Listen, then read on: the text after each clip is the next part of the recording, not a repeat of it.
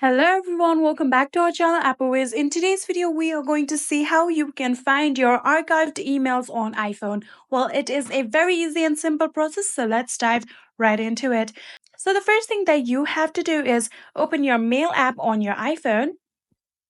So after opening your Mail app, here you can see we're on the mailboxes, and in here there you will be able to see the option of all archive. Right now here you can see we can't see such type of option. In order to get that option, what you're going to do is tap on the edit button that you can see in the top right corner right here. So after tapping on the option here, you will be able to see the option of all archived. Simply just scroll down, and in here you can see under the all drafts, you can see the option of all archive. Simply just tap on it and select it like this. And after doing so, now tap on the done option on the top right corner right here. After you've done that, now here you can see we're on the mailboxes, and in mailboxes you will be able to see the option of all archive right here. You can tap on it, and these are all of the archived emails on your phone.